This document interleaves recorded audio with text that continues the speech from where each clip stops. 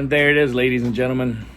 Hey, I'm Dalton, real-wheel driver turned sim racer, content creator, and resident crash test dummy here at Simrigged. This show is for sim racers who aren't fast, just faster than they were yesterday. Of course, unless you're me last week.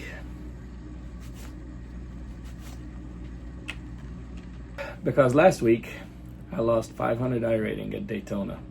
And it wasn't just one bad race, it was a whole meltdown built on tilt, dive bombs, emotions, and dumb decisions. So today I'm breaking down exactly how that happened, what I did wrong, and how you can avoid that same spiral, okay? Let's start with the meltdown. GT3 challenge at Daytona. I absolutely love this combination. The track is fast, wide, great for racing, clean racing, in theory. And GT3 cars, you know from my first two episodes, are my favorite vehicles in iRacing. Perfect speed, great balance, good aero, great feel. Even with what they call the new tire upgrade this season. If you haven't played yet, perfect time to get in.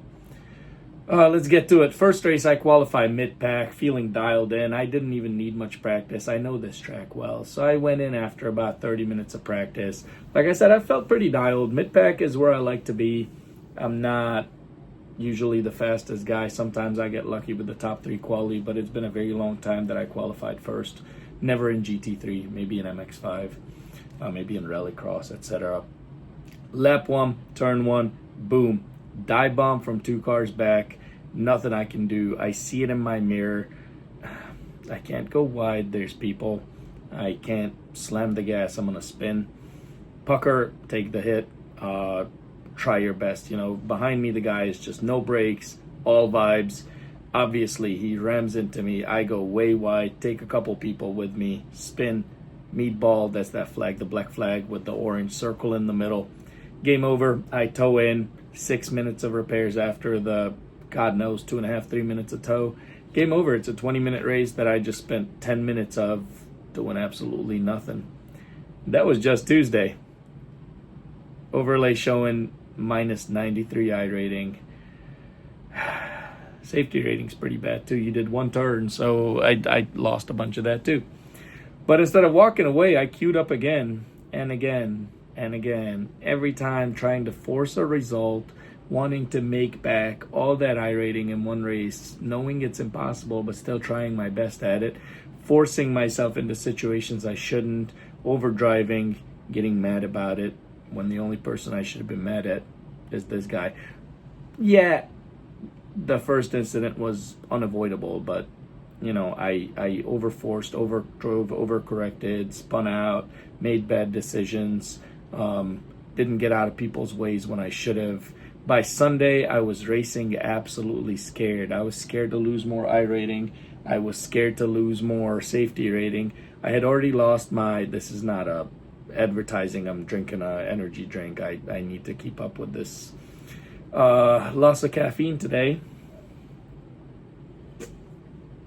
But I was not myself by Sunday. That's how you end up at a 1200 iRating from an almost 1800 iRating, so it's closer to 600 total loss. The real mistakes I made, okay? Let's break down what I did wrong beyond the crashes, beyond the unavoidable accidents, okay? Number one, chasing the number. I wasn't racing to learn. I wasn't racing to be consistent. I was racing to recover, and that never works. I wanted to recover that iRating fast, and I wanted to do that safely, which is the worst combination.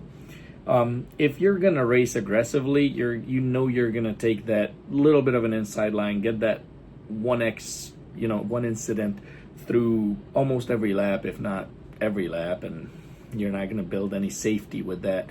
The higher the incident count, the worse the safety rating gets, okay? Racing too often was my second problem, my second mistake. I don't know how many races I did last week at Daytona with GT3, but let's say 16, okay? Most of them were driven on tilt. They were driven on emotion. They were driven on me wanting to get back what I lost, and then get back more of what I lost, and then get back more of what I lost. And it was a downward spiral, or I guess a rabbit hole, right? 3, not letting the field come to me. Every wreck started with me trying to force something early. I wanted to, let's say, block going into bus stop. It's a terrible place. Let the aggressive ones pass you if they really want to make that move. I think it's the same thing with turn 1 at Daytona. If you know what a turn is bad to be making a move, you shouldn't be making a move. However, if someone is making that move on you, settle, let them do it. There's a big chance they're either super fast or they're going to make a mistake later with someone else. Let the chaos settle. Don't dive into it. And number 4, I did not practice patient driving, okay? Every lap was got to make it back instead of just survive, finish clean. Give yourself a reset lap. Settle your emotions. Self-control, settle, drive your laps, lock in, forget everybody else, forget what happens for the rest of the race. Is just you, your car, and log your best laps safely, securely, mistake-free. I did not do that. What I should have done instead. Now let's talk about what I should have done, what you can do right now if you're spiraling in that same rabbit hole that I was in, okay? Step 1, step away, or I guess tip 1, step away after one bad race, okay? One wreck does not ruin your week. One bad race does not ruin your week. It does not ruin your career. 3 in a row, 4 in a row, 5 in a row, that will kill your safety rating, your iRating, and your soul all in the same day. If you're like most of us where you don't have the whole day to be logging laps in iRacing, you might only get 2 or 3 races a day. You might only get 1. If you get 1, 2, or 3 races a day, you absolutely murdered that race by accident or by just not paying attention, or maybe you're the one that caused the problem. That's gonna be haunting you the rest of the day.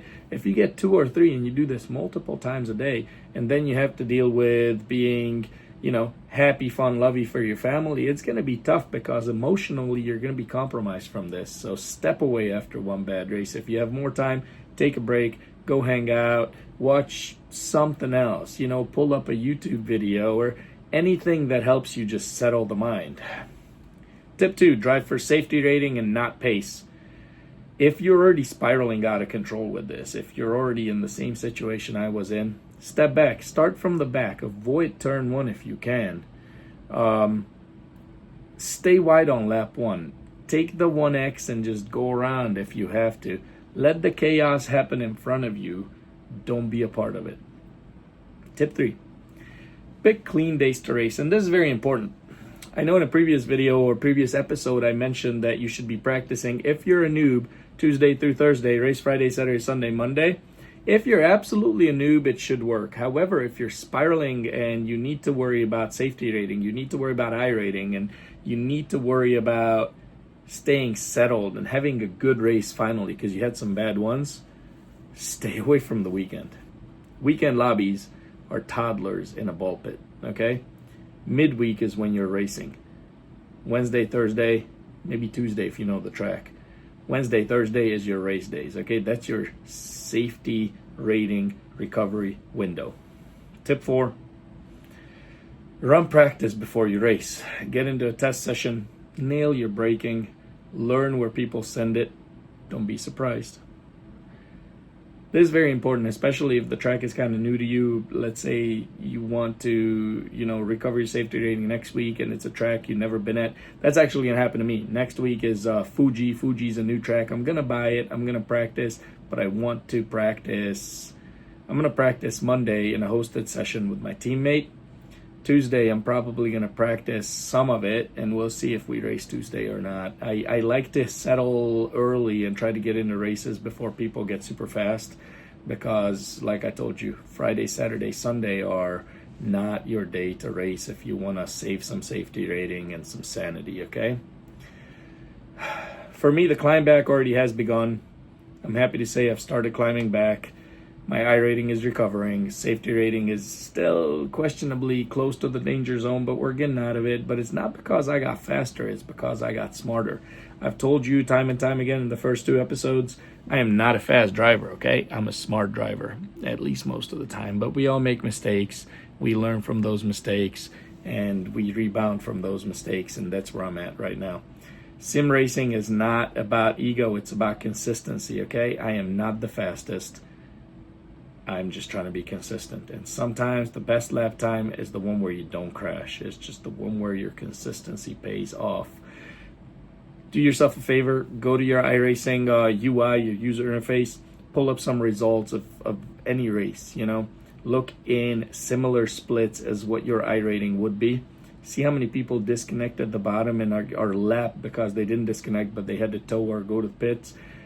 I guarantee you the bottom 30-40%, let's say it's a 20-person split, 6-7 people probably disconnected or got lapped. If you're consistent, you don't disconnect, you don't lap because you don't get lapped because you don't make those mistakes, get into those crashes, and your consistency probably passes a few more people on that list. There's your top 10, and that's it. Consistent top 10 is consistent iRating growth. It's consistent safety rating growth because you're racing safely, consistently, smartly, and you're not letting your ego take away any of that. If you've ever blown your iRating in one bad week, I would love to hear your story in the comments. I'm assuming it's similar to mine, or you were just trying out a whole new class. I'm not a big GT4 guy. Those GT4 cars don't do well for me. I stay away from them because even in a race or two, no thank you. No shame here. This is Simrigged, and we're all just trying to be less trash than we were last week. Hit subscribe if you're into this kind of content. Follow me on Instagram and TikTok. It's Buster Became a Gearhead, all one word. We're still kind of transitioning. I'm not sure if I'm going to turn that into a Simrigged one or do a different Instagram, TikTok.